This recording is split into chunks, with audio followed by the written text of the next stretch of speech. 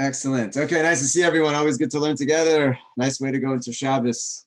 Now let's learn. We are in Parshas Bo. So what I'd like to share are two completely separate and unrelated issues, problems, questions that come out of our Parsha, Parshas Bo. They will be, again, on two separate tracks, but each issue will then reflect and shed light on each other in what I hope will be a beautiful way as the Rosh Yeshiva, Rav Chaim Yaakov Goldvicht, brings out. Again, just a word for those who are new to the series. The Torah that I'm sharing is from my Rosh Yeshiva from Kerem, Rav Chaim Yaakov Goldvicht. It is, I would say, 98% of what's being presented tonight is all his, with a few little addendums along the way, but it's basically all his thoughts. Let's jump right in with our opening psukim of this week. Now, the opening psukim are actually from the end of this week's parsha, and that is, read, sorry. Is that better? Okay, I hope so. Okay. Here we go. Torah describes as follows. Let's just set the context for this first series of psukim. Again, these are the very last bit of our parsha. What's already happened in our parsha are plagues number 8, 9, and 10. The last plague, of Makos Bechoros, already happened. The Egyptians already woke up in the middle of the night with screams in every home throughout Mitzrayim. They came pounding down the Jews' door, and Paro said, finally, get out. And then the Jews left. They were given the mitzvah of the Korban Pesach, which they already had done. They baked their dough, and it turned into matzah. The Torah said they were there for 430 years, as we're going to learn that again in a few moments, a little bit later. And they left Mitzrayim. That is the context, what happens throughout all of the parsha. And the psukim that we are now going to read are the first words that Moshe speaks to the people after they left. The first thing that he has to say to them now that they've experienced this enormous night of Yetzias Mitzrayim, he says as follows: Vayomer Moshe el ha'am, Zachor es hayom hazeh asher yatzasa mi Mitzrayim. Remember this day, he says. This night is going to be unlike any other night. Remember it, that you left Mitzrayim ve'es avadim ki b'chozek yad Yetzias Mitzrayim mizeh v'lo yeyachel chametz. Hashem took you out. Do not eat any chametz. Hayom atem yotzeim b'chodesh ha'aviv. Today you are leaving b'chodesh ha'aviv. We know that it was Nisan. Nisan is springtime. Moshe tells the people, remember this day. And look, today is the Chodesh HaAviv. It is the month of the spring. And then the next series of psukim describes psukim that we're familiar. It will be that you will come to the land that Hashem will give you. Va'avadutas avodah hazos. You will complete the service of the Korban Pesach. Shivas yamim tochal matzah. 7 days you'll eat matzah. It will be a yontiv on the back half of the 7th day. And then Vigada to Lebincha, the Torah concludes this series. Vigada to Lebincha, Moshe, you will tell your children, this pasuk, this series of psukim, which Moshe says to remember this day that you left Mitzrayim, is a very significant pasuk. Out of all the psukim that we have about the story, the exodus from Mitzrayim, this is the pasuk that teaches us the mitzvah of actually telling this story. As the Rambam writes in his Mishnah Torah, mitzvah saseh, in source number 2, mitzvah saseh shel Torah l'saper b'nisim v'niflo shenasu l'avus enim in Mitzrayim. It's a mitzvah to tell the story, as we know every year from the Pesach Seder, the nisim, the niflos, the miracles, the wonders that Hashem did B'leil Chamisha Asar B'Nisan, on the 15th night of Nisan. Tell the story. Where do we know that? Where's the mitzvah? Shne'emar Zachoras Hayom Hazeh Asher Yatzasa Mi Mitzrayim. Says the Rambam, this pasuk that Moshe says his first words as they leave Mitzrayim to the people to remember, that is our source of telling the story on the Leil Seder. Just like the Rambam says, Zachoras Yom HaShabbos, you have to remember Shabbos, talk about Shabbos, you have to remember Yetzias Mitzrayim, and we do it on the 15th every night. And how do we know that it's specifically that night? Because of the last pasuk that we read, Vigada to Lebincha Bayom Hahu Leimor, on that day, on the day that you have matzah and moror and the afilu chachamim gedolim, the Rambam concludes like we're familiar, no matter how great you are, no matter how much you know this story, this is the night to tell it as well. Rashi also points out from this pasuk of Zachoras Hayom Hazeh, Rashi says, Limeid, Shemaskir Yetzias Mitzrayim B'chol Yom. Not only do we mention Yetzias Mitzrayim when we have the mitzvah at the Seder to tell over this story, but every day as we do, both in the morning Shema, and we add the third paragraph in the Shema at night as well, because it mentions Yetzias Mitzrayim. We have a mitzvah to remember Shema every morning and every night. As Rashi says, Zochoras Hayom Hazeh, this day, every day, morning and night, all comes from this pasuk. I mentioned that to show that the context of this pasuk is telling the story. Now, within that, the second pasuk that we read is quite an odd pasuk. And pasuk Daled, as I bolded in your sheets, Hayom atem yotzim b'chodesh ha'aviv. Within this context, this mitzvah of telling over the story, the Torah says, Moshe says to the people, today you're leaving b'chodesh ha'aviv. What is the purpose of that pasuk in this context? To tell the people that they're leaving, look around, it's chodesh ha'aviv. Why is that relevant? Not only is it a question of why is it relevant, but as Rashi asks the question here in source number 3, Rashi says, they didn't know what month they were leaving, that Moshe has to tell them, today you're leaving b'chodesh ha'aviv. Elakach amar lahem, Moshe says, Rashi explains, Moshe is telling to the people, Ru'u chesed shegimalchem. Look at the kindness that Hashem has done to you. Shehotzi eschem b'chodesh shehu kosher lotzeis. He's taking you out in a month that is so perfect to leave. Lo chama, it's not too hot. V'lo tzina, it's not too cold. V'lo gishamim, it's not with rain. V'chein hu omer, as the pasuk says, until motzi asirim b'kosh sharos.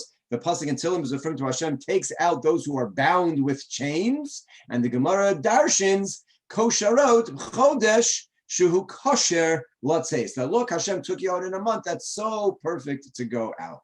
So that we read the pasuk, Chazal tell us, here's our medrash for the night. When you tell the story, this is again in the context of Zochoras Hayom Hazeh, remember this day, tell your children, tell your grandchildren, every year, this is the story. And tell them that it was in Nisan. What's the big deal? Weather was perfect. And here you have to say, A, as Rashi points out, we know that. But B, what is the significance to a people that have been in servitude for 210 years and now they're going free? Let's imagine for a moment that instead of leaving in Nisan, they left 3 months later and it was really hot outside. Or they left 8 months later and it was cold. And instead of just packing up their bags and leaving, they had to spend an extra 3 minutes putting the kids into snowsuits. They had to put boots on because it was raining. Or they had to pack extra water bottles because it was hot. Would that have changed the story at all? Would it have made a difference in the way that we would recall Yetzias Mitzrayim, that we were slaves and the terrible things that were done to us, and then the Makos, and Hashem revealed himself and he took us out? Would it have even been mentioned that when we left, what month it was? It's an irrelevant detail. People who were slaves wouldn't care for a moment if it would have been a little hot or a little cold or a little rainy. Freedom is what this night is about, and freedom is what they achieved. And Moshe tells the people in the context of the mitzvah, remember this? Look, you have to tell this as part of the story. You must mention it. It was Chodesh Ha'aviv. Now, this is not the mitzvah to make sure that Pesach is always celebrated in springtime. That's a different pasuk that says Ushmartem as Chodesh Ha'aviv. We have a separate mitzvah to make sure that the calendar always reflects that it's springtime. This is a different mitzvah that says when you sit at your Pesach Seder table and you're telling the story, you must mention that it was springtime. It wasn't hot, it wasn't cold, it wasn't rainy. Was it geschmack when we left Mitzrayim? Look at the chesed that Hashem did. And this begs the question, why is that such a significant part of the story, which we would have otherwise not even paid attention to, that it has to be mentioned and that Moshe points out, look, Ru'u, Hayom atem yatzasem b'chodesh ha'aviv. Let's put that question on ice for a moment, pun intended. Put the question on the side for a moment, and let's address the second problem that our Parsha addresses, which we referenced a few moments ago, and that is, how long were the Jews in Mitzrayim for? How long was this servitude? How long did it last? And here we have a number of dates, a number of years that are often thrown around that require us to try to figure out exactly how long this was. And it starts with the Bris Bein HaBesarim, the first time that Hashem makes a covenant with Abraham, at which point he tells him there's going to be trouble down the road.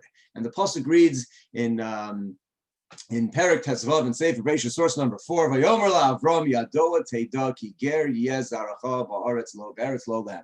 You need to know that your children will be strangers in a land that is not theirs. Va'avadum v'inu osam arbot me'os shana. Hashem promises Avraham they're going to be enslaved, they're going to be afflicted, and it is going to be for 400 years. Then I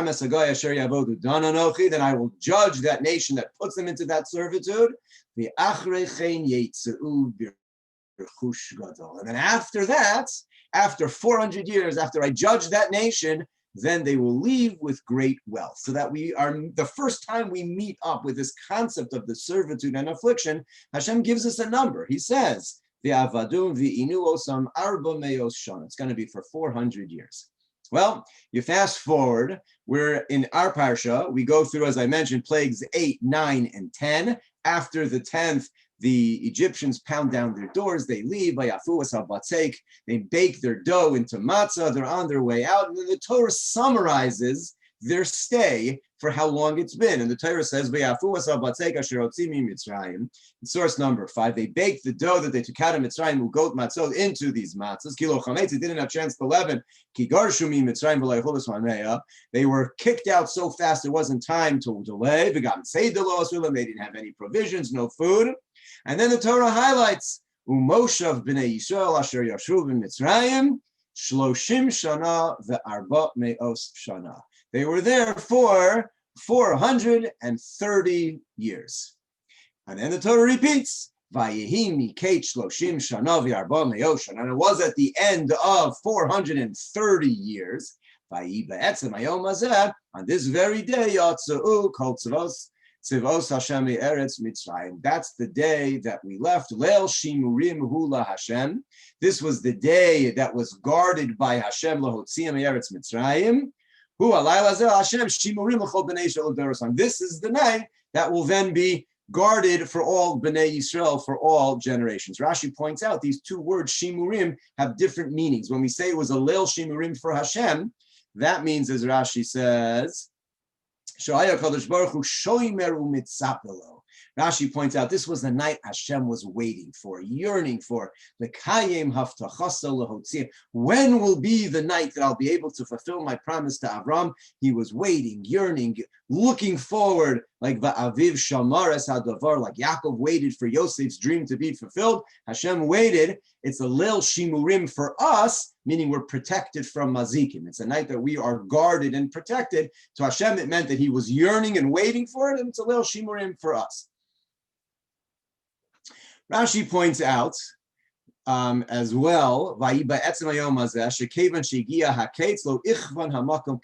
the time came, Hashem did not delay not even a moment. It was on the 15th of Nisan that the Malachim came to Avram to tell him he was going to have a son. Tesvav v'Nisan nolad Yitzchak. A year later, on the 15th of Nisan, Yitzchak was born.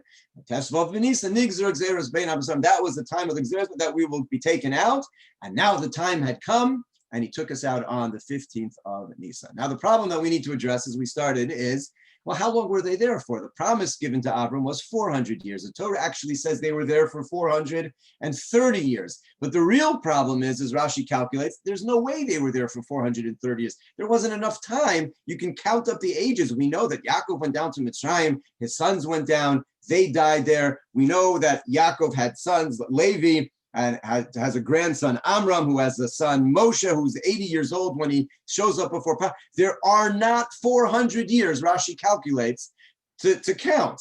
And when you actually calculate it, they're actually only there 210.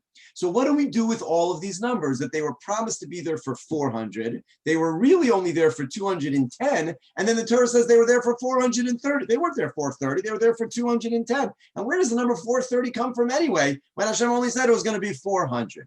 This is an issue that's addressed by all the Mefarshim. What are all these numbers and what do they represent? I want to work through the approach of the Ramban.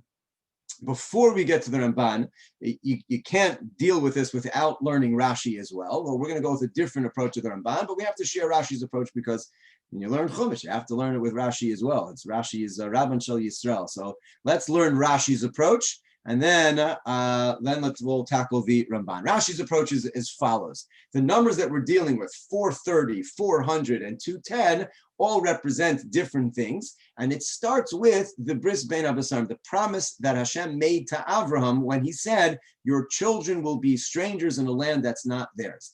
The issue, Rashi says, is when Hashem made that promise to Avram, your children will be strangers in a land that's not theirs, Avram didn't have any children at that point. That's before he's told that he's going to have a son, Yitzchak. It's before Yitzchak, is way before that. In fact, says Rashi, it's 30 years before Yitzchak is actually born. So at the time the promise is made to Avram, 30 years go by until Yitzchak is born. When Yitzchak is born, now we can start counting the promise of your children will be strangers in a land that's not theirs. Since Yitzchak is born, even though he's born in the land of Canaan, which would become Eretz Yisrael, but Avram wasn't in control of the land, he was just a visitor there at the time, we can start the count with the birth of Yitzchak of your children will be strangers in a land that's not theirs. So from the time of Yitzchak until they leave Mitzrayim is actually 400 years. 210 of which they were actually in Mitzrayim. The other 190 are from the birth of Yitzchak until they leave Mitzrayim. Why does the Torah say 430? 430 represents from the promise that was given to Avram at the bris bein habasarim. That was 430 years. 30 years pass until the birth of Yitzchak. 400 years then from Yitzchak until they leave. 210 that they're actually in Mitzrayim, and that is how the numbers work out. As Rashi says, Shloshim Shana v'Arba Me'o Shana, and source number 5 in front of you, Bein Hakol, meaning 430, Rashi says, not in Mitzrayim, 430 represents the sum total. Mishanolad Yitzchak Ariachsha, from the birth of Yitzchak until now, the night they leave, Hayu Arba Me'os, that's 400. Mishahayu Lo Zer LaAvram Niskayim Bo Kiger Yezer, because only when Yitzchak is born can we start counting your children will be a stranger. And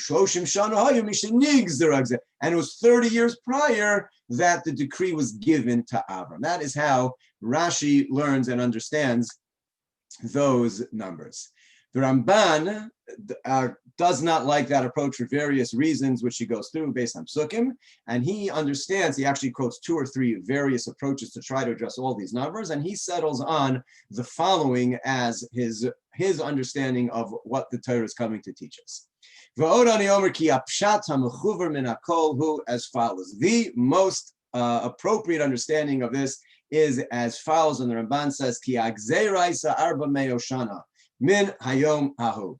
If Hashem makes a promise of 400 years, that's what the Gzeira was supposed to be. You're going to be strangers for 400 years, and it began at the moment that Hashem said it to Avram, which again is 30 years prior to Yitzchak's birth. But we start the count of 400 at the moment that Hashem says the promise. That's when the count begins. That means that they ended up in Mitzrayim 30 extra years beyond what the promise of Hashem was going to be. Says the Ramban, V'ashloshim shana ha'elu, these additional 30 years, heim toisefes aleihem ba'avon hadur ahu. These additional 30 years were added on to the affliction and the servitude and the pain and the suffering in Mitzrayim as a punishment for the sin of the generation of the Jews in Mitzrayim. And because of their inappropriate behaviors in Mitzrayim, there was an additional 30 years added to the Gzeira upon them of 400. They didn't get to leave after 400. They weren't ready to leave. And therefore, it was extended for the extra 30. The Ramban explains, the fact that Hashem said 400, that wasn't a guarantee that says, and no more, maybe you'll continue doing bad things. The 400 was, minimally, you're going to have 400 years from this day on until it's time to come home. I'm not promising that they're going to behave the whole time. If they don't behave, it's going to go longer, just like the Jews ended up in the desert for 40 years. That wasn't supposed to happen. That was a result of our behaviors. We're still in exile 2,000 years. How long is this supposed to be? Until we're ready to go home, we're not going to go home. So the 30 years were a result of their behavior. Vihine, says the Ramban, for 400 years was the Gzeira to Avram. V'shelo yashuvu ad dor revi ki lo shalem avon amar, until the avon, the sin of the Amori and Canaan were fulfilled. V'lo haislo havtacha rak v'achrei chen yetzu b'rechush gadol. The only promise was at some point after 400 you'll get great wealth on the way out. V'hu miyad o muflug. Maybe right away at 400, maybe sometime after. Where does the Ramban get this idea that there should be an additional 30 years of punishment because of the behavior of the Jewish people in Mitzrayim? Says the Ramban, min hayadua shahayu Yisrael b'Mitzrayim ra'im v'chataim me'od. You'll be excused for rubbing your ears and saying, what? Says the Ramban, it is well known that the Jews in Mitzrayim were ra'im v'chataim me'od, were evil and sinners in an exceeding manner. What is he referring to? Says the Ramban, let's just take this next line, and we're going to bring some other sources. Ubitlu gam hamila. Number one, besides for that they were royim and chatoim, they were mevatel, they nullified the mitzvah of bris milah that Hashem had given to Avram, which had been passed down to Yitzchak and to Yaakov. V'ez gelule Mitzrayim lo azvu, and they never forsake the idolatrous practices of the Egyptians. They didn't give their children a bris milah, and they were involved in avodah zarah. Where do we see this idea? Now, besides for the fact that it's well known that they were in the Mem Tet Shari Tuma, they were on the 49th level of impurity, they had sunk to such a deep, low level. The Ramban has specific examples that they were not giving their children bris milah, and they were idolaters. Where do we see that? So let's just put a pause on the Ramban for a moment and take a look at some other sources that we see which address this issue of how to relate to the Jews in Mitzrayim. Let's start with a Rashi. This is in our Parsha as well. A lot of sources from right within our own Parsha. The Torah says when Hashem teaches Moshe about the Korban Pesach, they should take the lamb, and they're going to tie it to their posts for 4 days, which is a unique halacha. Only in Mitzrayim are they required to do so. And it should be V'hayalachem le'mishmeres. The Torah says you should watch it for 4 days. Rashi says, what does that mean that you should watch the lamb for 4 days? The lashon bikor, to search it out. Sheta'un bikor mimum arba yamim kodem shchita. For 4 days, check out the lamb. Make sure there's no blemish in the animal before we slaughter it. This is the only Pesach where they needed to do that. Every other Korban Pesach, you could show up in your Shalayim, buy yourself a lamb, and bring it as a Korban. You don't have to buy it 4 days in advance and check it out and search it. So the Gemara, Rashi quotes the Gemara, which says in the name of Amasya ben Charash, because it says ve'evor alayich ve'erech virei itech eis dodim. The pasuk in Yechezkel, we darshan this at the Pesach Haggadah, the Seder. I passed over you. I'm ready to take you out. I looked at you, and the time had come.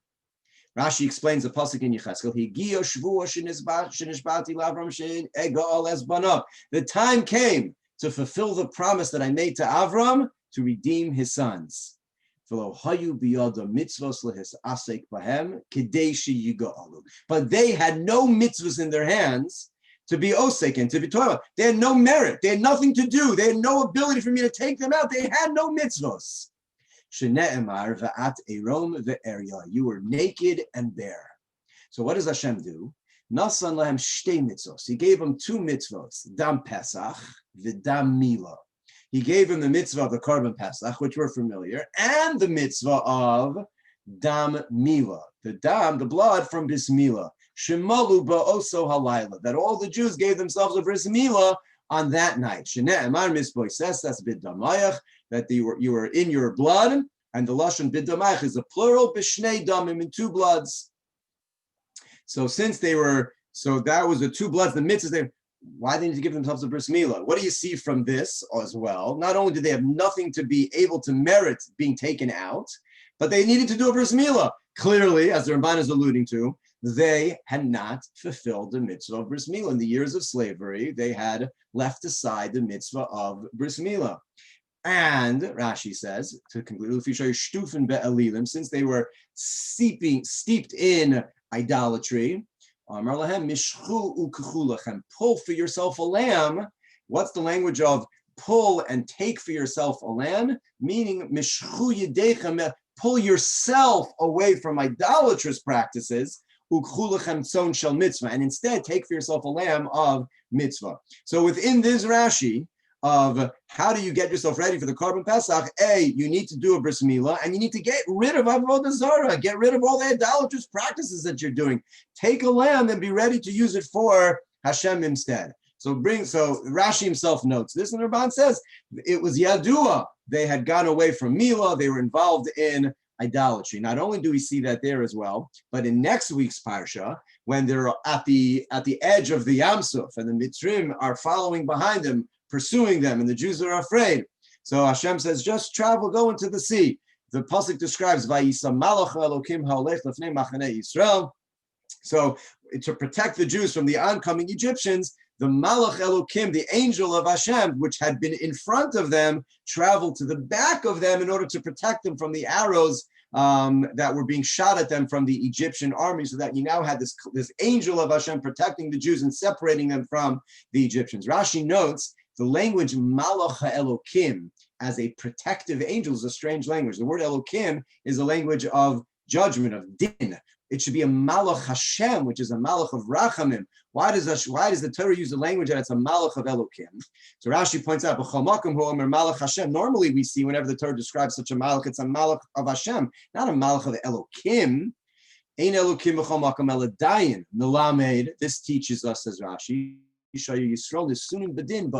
was a judgment in that moment between the Malachim up in Shemayim, im lihi notzel, im lehei oved im Mitzrayim. Should the Jews be saved in the sea, or should they be lost together with the Egyptians? There was a judgment. There's Rashi in Chumash. There was a judgment in that moment of whether or not they should be taken down with the Egyptians or whether or not they should be spared.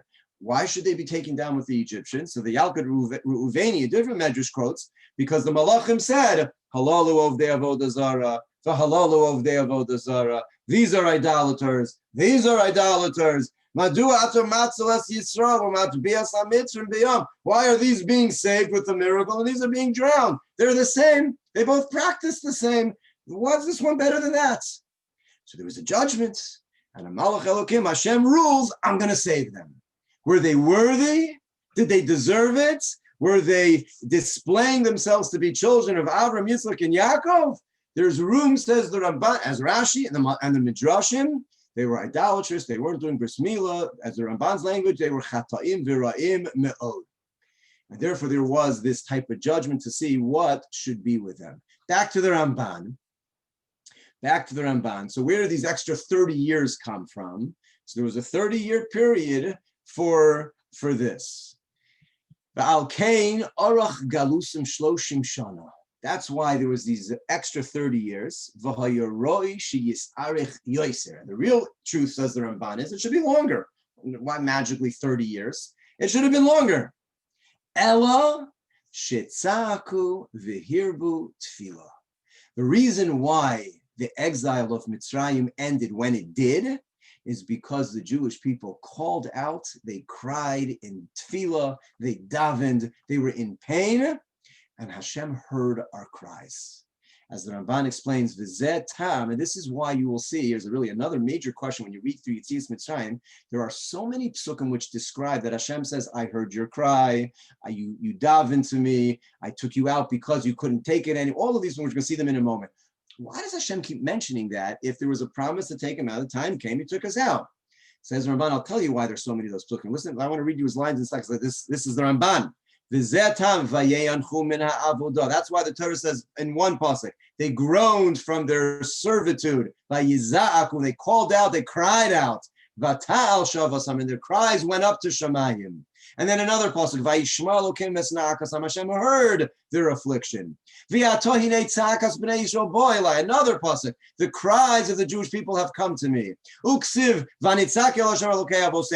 we tell the story over and we bring the Bikurim and we called out to Hashem, Hashem heard our voices. He saw our affliction, and our toils, and our burdens. Why are there so many psukim that describe that Hashem heard our cries, that he saw our affliction? He promised Avram, and now it's time to go. Why such a stress on this?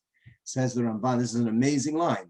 Kilo hayu ru'uyin lihigoel mipnei haketz sheba. Because the time came and they weren't ready.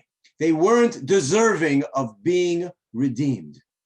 Ella shekibel tza'akasam v'na'akasam mipnei hatzar hagadol shehayubo.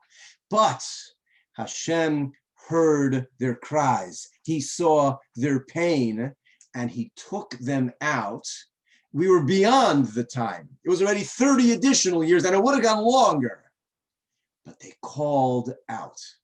And when they called out, Hashem heard our cries. Kasher pirashti, as I've already explained. Let's check out, where did the Ramban already say that? Where did the Ramban already say that? That is in source number 9 here. The Torah gives so many different reasons for our redemption. Hashem heard, he remembered, he saw, he understood. I understand your affliction. Even though the time had been concluded to be redeemed, they were not right, they were not fit. You were naked and bare, you were naked of mitzvahs. Now Rashi explained that therefore Hashem gave us 2 mitzvahs to be busy with. He gave us the mitzvah of Mila, gave us the mitzvah of Dam Pesach. Ramban learns, but because we called out, kibel tfilosam birachamav. With rachamim, he heard our tefillah. This is an amazing idea. I just want to add one last point. The Ramban points out there's a Gemara in Maseches Sanhedrin that says that the Bnei Ephraim left 30 years before Moshe returned from Midian. Moshe's gone 60 years from the time that he leaves after killing the Egyptian until he returns. It's literally 60, almost 70 years that he's gone. The Gemara says that the Bnei Ephraim, 30 years before Moshe shows up, left in an attempt to free themselves from Mitzrayim, and they were cut down. Says the Ramban, why did they leave? Ramban says, because Heimanu Velotau, they cheshboned out. They counted 400 years from the time that Hashem made the promise, and exactly 400 years later, they said it's up. So they tried to leave. However, they didn't understand that they weren't right, they weren't worthy, and therefore there was an extension on the affliction. Hashem should forgive them for all their mistakes, but that's why there's such a medrash that the Bnei Menashe left Mitzrayim early trying to get out, because they calculated 400 years, not understanding 400 was a minimum, but it wasn't an end if you're not ready to go. Now, with this Ramban, that they were busy, they didn't have Mila, they were busy with idolatry, they were on the Mem Tet Shari Tuva, they were on the 49th level of Tumah, they were as low can be, they weren't fit, but they called out. There's a pen, now the Ramban understands this, I didn't go through this in depth, but the Ramban writes, the power of tefillah, the ability of a Jew, of the Jewish people as a whole, to call out and to daven, literally brought the Geula. When we talk about the story of Yetzias Mitzrayim, a central piece that needs to be told is it was our tefillah that brought us, that we weren't ready, and it would have lasted longer, but it was the cries of the Jewish people that Hashem heard, and that's why the Torah stresses that over and over and over again, and in the words of the Ramban, birachamim, with his mercy, he took us out when the time on that night, which was, it could have gone longer, but that was the night that he took us out. Rosh Yeshiva explains as follows, going back to our 2 issues that we have. There are 2 words which we very often combine together, but are very different. The idea of rachamim, which is mercy, and chesed, which is kindness. And often they look the same. The behavior of a person who's acting with chesed and the behavior of a person who's acting with rachamim looks the same, but they're fundamentally different. Rachamim, of course, would mean mercy, and chesed is kindness. What do I mean when we say they look the same, but we often confuse them? I'll give a simple example. What would you say, which trait is it? If you're walking down the street and there's a poor person on the side of the road with a cup in their hand, and you walk by, you see them, you reach into your pocket and you put $1 in their cup. Is that an act of chesed, or is that an act of rachamim? Now, you're all on mute, so I can't hear you. But if you think about that, it's really rachamim. I have mercy. I feel bad for the situation, so I gave him $1. It's not an act of chesed. If it was real chesed, maybe you'd give him more than $1. But you give him $1, it's an act of of rachamim. What about another example? Let's say you're driving and it's raining or snowing, whichever the case may be, wherever you may live, and you see someone walking who wasn't expecting the weather that they have. It's freezing, it's wet, it's cold. So you stop and you offer them a ride, and they're going someplace that you're not going, and you take them. And not only do you take them nearby, you literally take them all the way to the address that they're going. Would you say, what a nice chesed you did? Or would we say, that was an act of rachamim that we did? What defines? Now we use the word, oh, what a chesed. Is that a chesed or is that rachamim? Or let's say you're just sitting at home on a Thursday night and you get a call in an era where we used to be allowed to have guests in our home. It should happen again, Mitzvah Hashem, soon in good health for everyone. And a friend says, I'm making, let's say, not such a friend, it's on the outer periphery of your social circle, making a simcha, bar mitzvah, an ofra, whatever the case may be. I had a cancellation. My second cousin, once removed, is coming with her whole family of 6 kids. Can you host them for Shabbos? And you say, Thursday night, fine, happy to, I'll do it. And you do it with a smile. Is that an act of chesed or is that an act of rachamim? Now, when we define this, the defining characteristic, both the Rosh Yeshiva speaks about this as well as Rav Dessler speaks about this as well as Michtam Elio, is the difference between rachamim and chesed is where the inspiration or the impetus for the act comes from. Rachamim comes from an external act, an external source, I should say, meaning there's something happening in the world around you that has now entered into your world. And as it does, it forces a reaction from you. You see something that needs to be addressed. And when that need enters into your world, you respond appropriately. That's the midah of rachamim. Chesed is an act that's not precipitated by something else that causes or forces you to react, either appropriately or inappropriately, but it forces you to react. Chesed is an act that comes from within the desire to give, not because there was a problem in front of you that needs to be solved, but because there's a desire innately from internally, from within the person to be able to do acts of kindness. Now we see that these are two separate traits.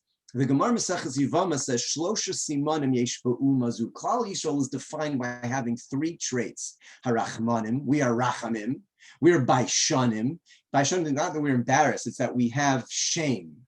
You know, there was a book, a famous book that went around recently. What, doesn't anybody blush anymore? What happened to people being ashamed of certain things, to do certain things, to say certain things, to act in a certain way? So Klal Yisrael is defined, we're rachmanim, we have mercy on people. We're baishanim, we have shame, we act in a certain way because we don't want to do certain things. We still have that internal sense of shame. V'gom lechasadim, and we do acts of kindness. Now, there are 2 separate traits, the traits of being a rachamim and being a goyim el chesed. It's not coming from the same place. They're 2 separate ideas, which we also see in Hashem himself, the Yud Gimel Midas Rachum, Hashem kel rachum v'chan, and he's a rachum. He's also a chan, and he's a Rav Chesed. 2 separate traits, to be one of Rav Chesed and to be a rachum. Now, this is expressed from, of course, the Isha Chesed of Abraham. There's an Avos Reb Nosson. Reb Dresser brings this Avos Reb Nosson, an amazing description of Abraham. The Medrash is discussing Eov. Eov, of course, Job, the biblical character who suffered terribly. And the Medrash describes how he was a tremendous person of kindness. And the Medrash gives all sorts of examples of his kindness. And then the Medrash concludes as follows, Afal Pichen, even though you are a tremendous person of kindness, Eov, Amalek Kodesh Baruch Hu Eov, Hashem says to him, Adayin lo igata lechatzi shir shal. You are nothing compared to Avraham. Your kindness is nice, but it's not like Avraham's. Ata, the Medrash says, Yoshev v'shoyha b'toich beischa v'orchin nichnasin etzloch. You sit in your house and wait for guests to come. And then when they're brought into your house, eshedarko lecho paschitim, those who are accustomed to eating fine bread, he'echilosu paschitim, you give them the fine bread. Those who are not accustomed to that type of bread, you give them the less, whatever they're used to. But if they're used to the good stuff, you give them the good stuff. Eshedarko lecho basar, those who are accustomed to eating fine meats, you give them what they're accustomed to. You serve them the finest meats. And those who are nice fine wines, you give them fine wines. That's your trait, Eov. You sit in your house and wait for them to come, and you give them what they're accustomed to. That's not the trait of an Avram Avinu.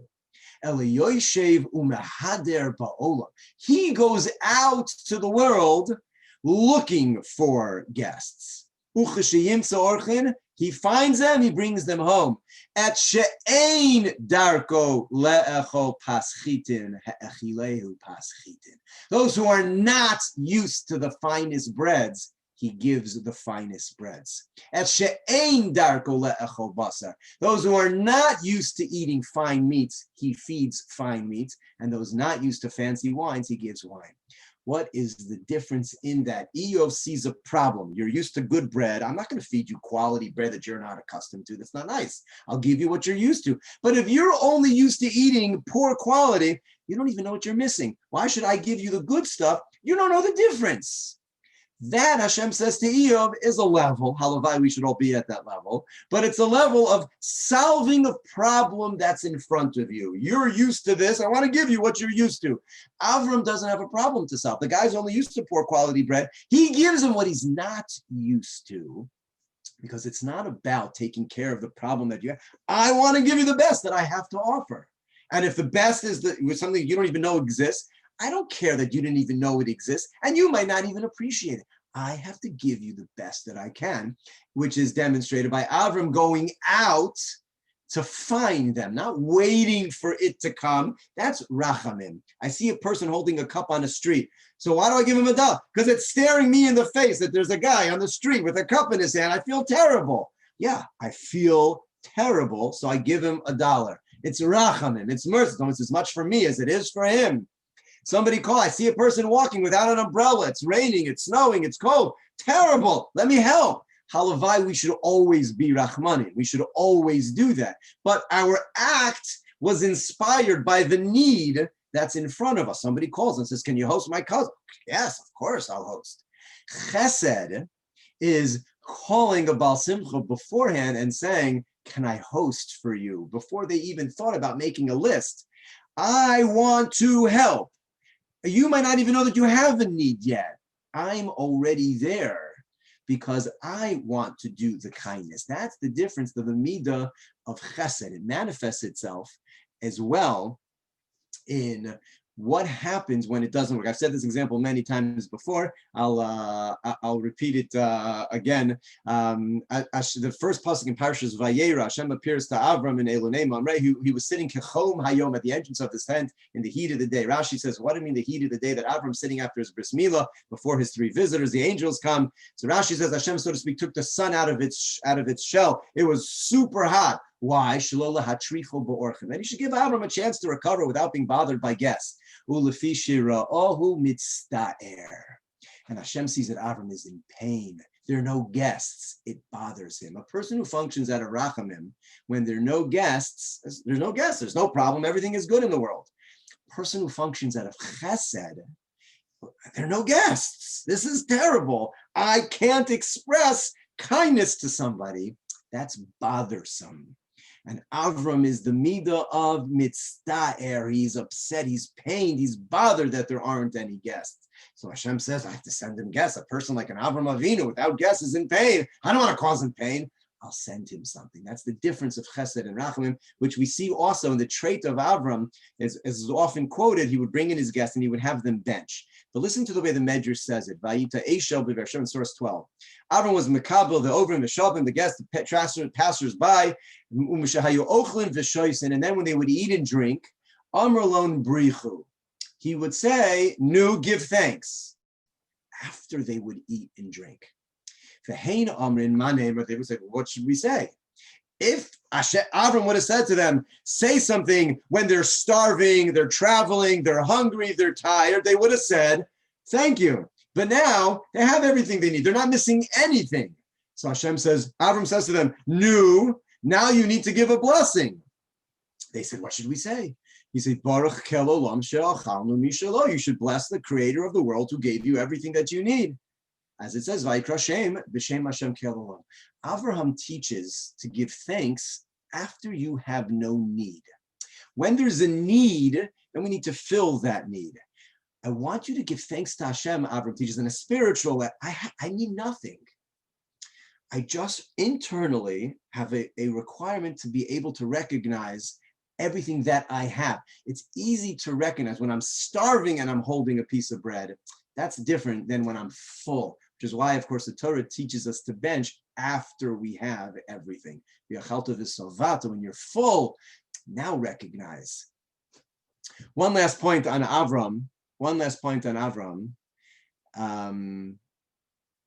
Or not only just an Avram, excuse me, on this idea of chesed. There's a pasuk in Mishlei, Gomel Nafsho Ish Chesed.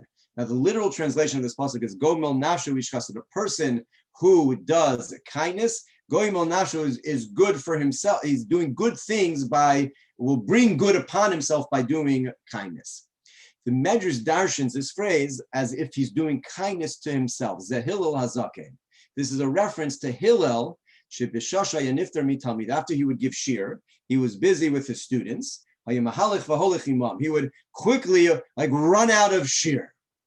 So Amrlo Talmid, so students would say, Rabbeinu, like you finished giving a shiur and you're like running, where are you going? I need to do chesed with a guest in my house. Okay, so the first day he said that, okay, he has a guest. The second day, the third day, every day. So they said to him, Kol yom islach achsanya, every day you have a guest that you're running out of shiur to quickly take care of your guests. Amar lahem, v'hadei nafsha aluvta, my soul, my nefesh, my neshama, lav achsanya u'bigoy gufa, is it not a guest in my body? Yoim adeina, hihocha, today it's here. Limachar, tomorrow it's going to be up in Shemayim. So it's a guest. I'm hosting a guest. My body is hosting my neshama. I need to run home and eat and rest, because just like if I had a guest in my house, wouldn't you take care of your house? Wouldn't you make the beds? Wouldn't you prepare the food? Wouldn't you make sure the air conditioning is set appropriately so that when the guest comes, the environment he's in is good so the guest can do whatever he needs to do? My neshama is a guest. I need to take care of my physical accommodations for my guest, Hillel says. Gomel nafsho. I'm going to be a gomel chesed to my own nefesh and give of myself, take care of myself to be able to do a chesed together with my neshama. This touches on the last point that I want to just mention on Avram. The Rosh Yeshiva pointed out part of the midah of Avram in teaching about benching, of being an ish chesed, is even if a person's not realizing what they're missing, I want to give to them applies in a spiritual realm as well.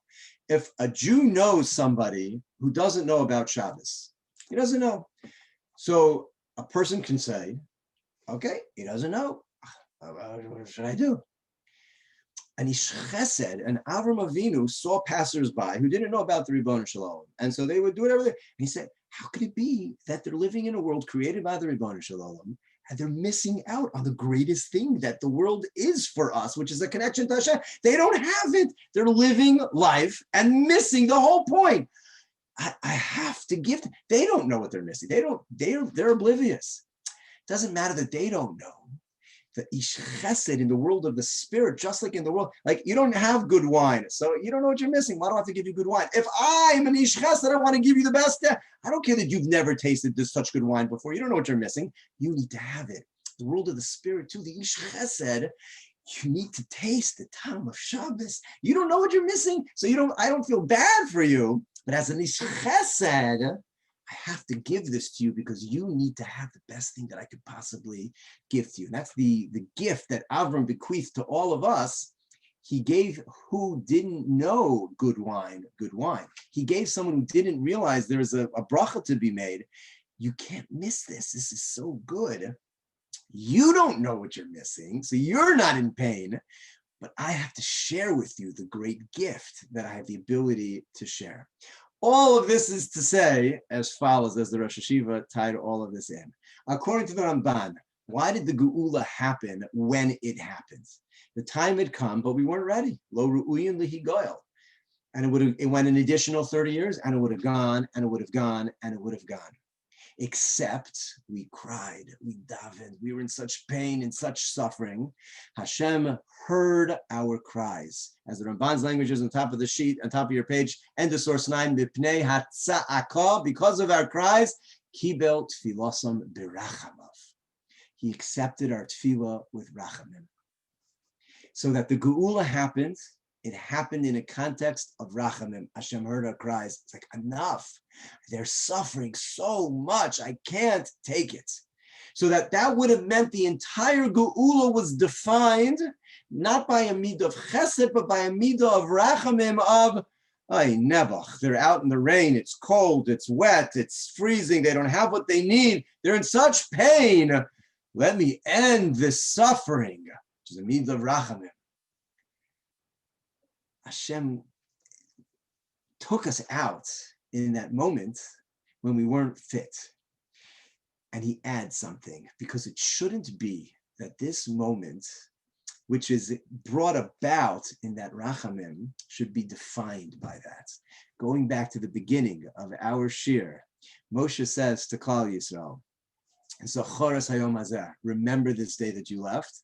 Hayom atem yotzim b'chodesh ha'aviv. You're going out in the chodesh ha'aviv.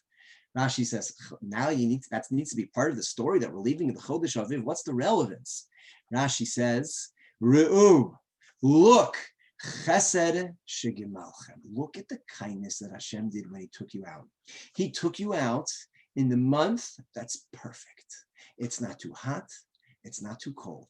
It's not raining. You don't need snow boots. You don't need rain boots. You don't even need a snowsuit you don't need anything extra water bottle. It's perfect because he loves you. And in a geula that has an element of, I need to stop it now, you're not ready.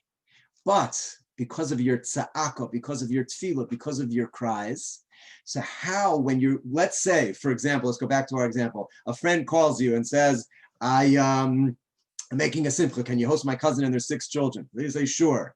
So in that moment, it's a moment of rachamim. Like there's a need. Of course, I'm going to say yes. How do you display when you host them that you're not doing this because of rachamim, nebuch, like you have nowhere to go? I feel bad. We all know when we're the recipients of something that's only rachamim. How do you host them to display? It's true. It came into my lap because somebody presented a need and I responded. How do I now show you that I love doing this, that I care about you? I would have done this on my own. I just didn't know. It came to me in rachamim. But how do I display chesed? Well, we all know what that looks like. When they come in, when you go, it started because of rachamim. But when you show them how happy you are to do this, and you go above and beyond with the little chocolates on their pillows and everything else that you do, and you're up with them early and you're serving them coffee, and you're there when they come back from the meal at night to make sure to shmooze and everything is okay. You've turned what came into your lap because of rachamim and displayed how much chesed and kindness you want to do to them. When the person's in your car and they're wet and you're grumbling, oh, you live over there? That's where you were going. Okay, so you did an act of rachamim. You got them to where they got, they're not cold. We all know what it looks like in the car, how to turn that into an act of chesed. Yes, it came into my lap through rachamim. We know how to turn it into chesed. Hashem says your cries, your tefillah, kickstarted this geula when you weren't right, you weren't fit. How do I now say it's time to take you out, that I'm going to do it in a way that expresses that love? Re'u chesed shegimalchem. Look at the kindness that he did, that he chose the time that was absolutely perfect. You wouldn't have cared if it was cold or wet or snowy, because it's freedom. But he did it in a way that you felt, now I'm taking you out in your mind. And it's going to be filled with that kindness. The geula will always have that. And when we tell the story and we say all of the psukim, as the Ramban quoted, that he saw our cries and he heard, and we also say, Hayom atem yotzim b'chodesh ha'aviv. Always remember that you left in the chodesh ha'aviv, in the month that was absolutely perfect to be able to do so. That is part of the story of the redemption that we have to say, because the reality was we weren't right. We were naked and bare. And Hashem takes us out in a display of love and chesed together with that always. That is part of our story. I leave you with that thought and wish you all a wonderful evening. Thank you.